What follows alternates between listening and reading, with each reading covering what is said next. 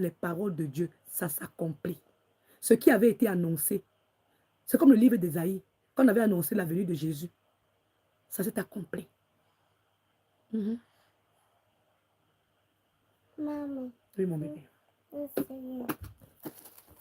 Donc, ici, là, aujourd'hui, on nous dit au verset 10, « Levez-vous, marchez, car ce n'est point ici un lieu de repos.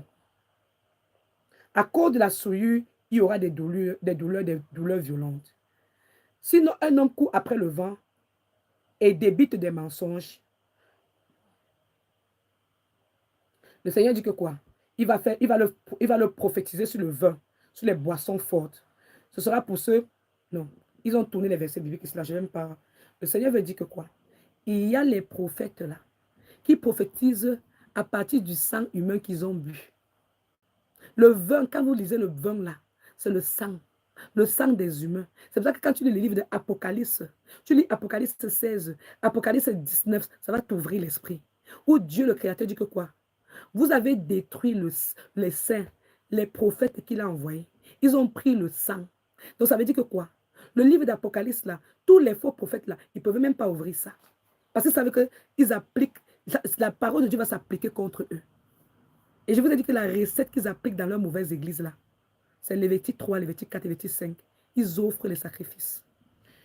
Alors, aujourd'hui, on continue, je vais sauter là-bas. Dieu a dit que quoi? Il va frapper ces pasteurs-là. Donc, il est en train de parler. Ils n'ont pas voulu écrire les versets bibliques là, mais Dieu va les frapper. Dieu va les frapper. Il frappe avec le feu. Dieu a exécuté ses jugements par le feu. Continuons juste pour qu'on continue les enseignements. On continue les enseignements ici avec Michée chapitre 3. On dit, Michée chapitre 3. Je dis, écoutez, chef de Jacob et prince de la maison d'Israël, n'est-ce pas à vous à connaître la justice? Vous haïssez le bien et vous aimez le mal. Vous allez voir les gens qui vont être là demain pour applaudir que Pasteur Masolo s'est marié. Ce sont les gens qui haïssent le bien et qui aiment le mal. Parce que personne ne veut grandir sans sa maman. Moi, les enfants de Pasteur Masolo, là, moi, je vous assure, mon papa était polygame. Quand mon père a chassé ma mère et il a pris une deuxième femme, malgré même que ma mère me détestait, je n'étais pas contente de rester avec une deuxième femme. Est-ce que je parle à quelqu'un aujourd'hui? Ma mère vivait. Je vivais avec la deuxième femme. Ça ne m'arrangeait pas. Mais vous, les hommes, là, est-ce que vous prenez même un peu le temps de regarder sur le plan psychologique de l'enfant? Que l'enfant va être là dans la maison avec une nouvelle femme. Donc, ça veut dire que tu es un pasteur. Tu penses seulement à ton plaisir. J'ai lu des commentaires dans une vidéo là-bas. Quelqu'un a dit que vous préférez qu'il fasse la fornication, qu'il se masturbe, que de se marier. Mais je demande, vous êtes de quel genre de chrétien?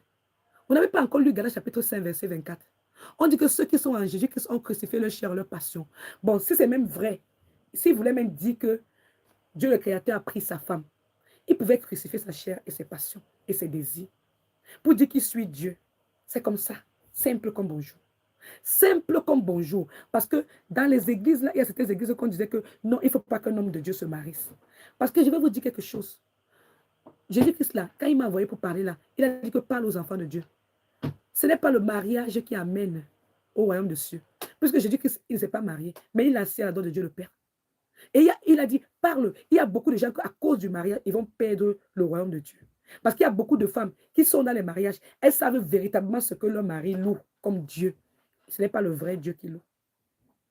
Donc on dit, vous haïssez le bien et vous aimez le mal. Vous leur arrachez la peau et la chair du dessus des os. Ils dévorent la chair de mon peuple et ils lui arrachent la peau. C'est pour ça que moi j'ai demandé dans ma vidéo ici là que quoi. Quand le Seigneur m'a demandé de mettre le titre de cette vidéo que où est d'abord Maman Blanche. Parce que le Seigneur m'a dit que quoi? Ils ont fait quoi de son corps? Demande à tous les satanistes là que j'ai envoyé une ouin de l'Éternel. Maman Blanche n'était pas n'importe qui. Elle était une ouin de l'Éternel. Le Seigneur a dit, ne touchez pas à mes oins, ne faites pas de mal à mes prophètes et mes prophétesses. Quels sont les gens qui ont fait du mal, qui ont mangé la chair de Maman Blanche comme ça? Au point qu'ils nous ont mis les cailloux dans le cercueil. Il fallait voir comment les gens là étaient en train de porter le cercueil, là, s'apaiser. Vous avez mis combien de tonnes de cailloux là-bas? C'est terrible. Qu'est-ce que vous avez mis dans le cercueil là? Bon, on nous dit ceci.